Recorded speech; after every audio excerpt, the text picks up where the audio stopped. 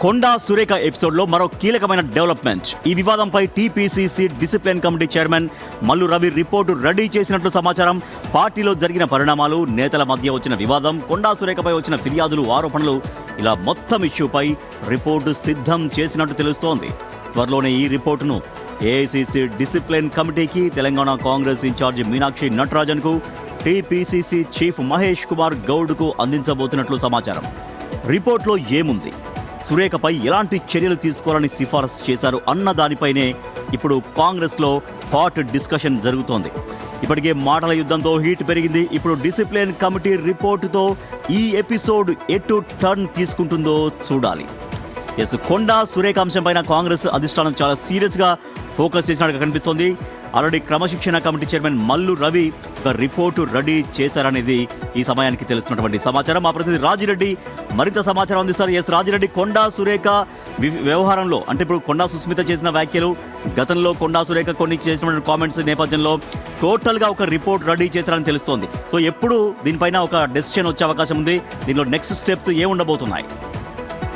అయితే కొండా సురేఖ మీద చర్యలు తీసుకోవాలంటే రాష్ట్ర కాంగ్రెస్ పరిధి కాదు, రాష్ట్ర క్రమశిక్షణ కమిటీ పరిధి కాదు, ఇదంతా కూడా ఏఐసిసి పరిధిలోకి పోతుంది. ఎందుకంటే ఆమె మంత్రిగా కొనసాగుతున్నారు కాబట్టి నిర్ణయం తీసుకునే అధికారం ఏఐసిసికి ఉంటుంది. అయితే ఇప్పటికే పీసీసీ క్రమశిక్షణ సంఘానికి ఏవేవి ఫిర్యాదులు అందాయో, ఏమేమి చెప్పారో వాటన్నిటిని కూడా క్రోడీకరించి ఒక రిపోర్ట్ తయారు చేసినట్టు తెలిసింది.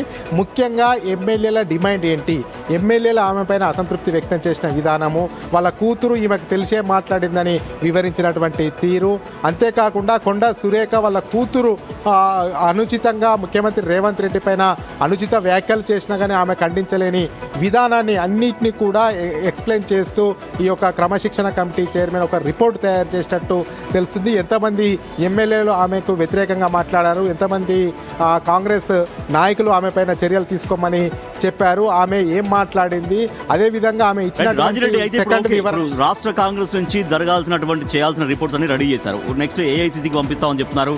ఆ తర్వాత మీనాక్షి నటరాజన్తో చర్చిస్తామని చెప్తున్నారు. ఇదంతా ఒక నిర్ణయం రావడానికి ఎంత టైం పట్టొచ్చు అన్న చర్చ సాగుతోంది కాంగ్రెస్ పార్టీలో ఇంటర్నల్గా. క్లియర్ కట్గా ఒక 2-3 రోజుల్లో ఒక నిర్ణయం అయితే వెలువడే అవకాశాలు అయితే స్పష్టంగా కనబడుతున్నాయి. ముఖ్యమంత్రి రేవంత్ రెడ్డి ఈ రోజే లండన్ నుంచి హైదరాబాద్ వచ్చారు. ఈ యొక్క నేపథ్యంలో ఇప్పటికే నివేదిక తయారు చేశారు. ఈ నివేదికను టీపీసీ అధ్యక్షుడికి ఇస్తారు, అదేవిధంగా ఆమె మీనాక్షి నటరాజన్కి ఇస్తారు, అంతేకాకుండా ఏఐసిసి క్రమశిక్షణ సంఘానికి కూడా పంపిస్తారు. ఇవంతా కూడా జరిగిన తర్వాత ఏఐసిసి మళ్ళీ ఇక్కడ ముఖ్య నేతల అభిప్రాయం, అదేవిధంగా రేవంత్ రెడ్డి అభిప్రాయం, పీసీసీ అధ్యక్షుడి అభిప్రాయం తీసుకొని తదుపరిగా చర్యలు తీసుకునే ఆస్కారం అయితే కనబడుతుంది. ఇవన్నిటి కావాలంటే ఒక 2-3 రోజుల టైం అయినా పట్టే అవకాశం ఉంది. ముఖ్యంగా ఇప్పటికే కొండా సురేఖ కూడా ఏకంగా ఏఐసిసి అధ్యక్షుడు మల్లికార్జున ఖర్గే దగ్గరికి వెళ్ళింది. ఆమె వాదన ఆమె వినిపించింది. ఎట్టి పరిస్థితుల్లో కూడా మేము గాంధీ ఫ్యామిలీని కానీ పార్టీ నాయకత్వాన్ని కానీ దూషించలేదని కూడా ఆమె వివరించింది.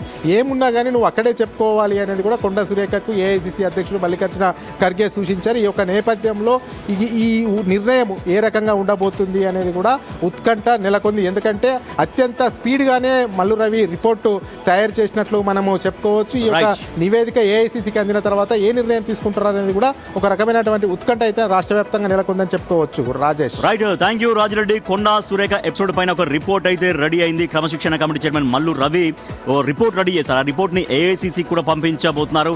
తర్వాత మీనాక్షి నటరాజన్తో డిస్కస్ చేయబోతున్నారు. ఓవరాల్ గా ఒక 2-3 రోజుల్లో కొండా సురేఖ పైన ఒక నిర్ణయం మాత్రం అంటే ఒక ఎటువంటి నిర్ణయం రాబోతోంది, కొండా సురేఖ కొండా సుస్మితకి సంబంధం లేదన్నట్టుగా దాన్ని మళ్ళీ సమసిపోయే విధంగా నిర్ణయం ఉంటుందా, లేకపోతే ఎమ్మెల్యేలు చాలా స్ట్రాంగ్గా మాట్లాడే విధంగా ఏకంగా కొండా సురేఖ పైన మంత్రివర్గం నుంచి తొలగించబోతున్నారా అన్నటువంటి చర్చ, బయట జరుగుతున్నటువంటి చర్చ. సో వీటిపైన ఎటువంటి డెసిషన్ తీసుకోబోతున్నది కేవలం 2-3 రోజుల్లో తేలే అవకాశం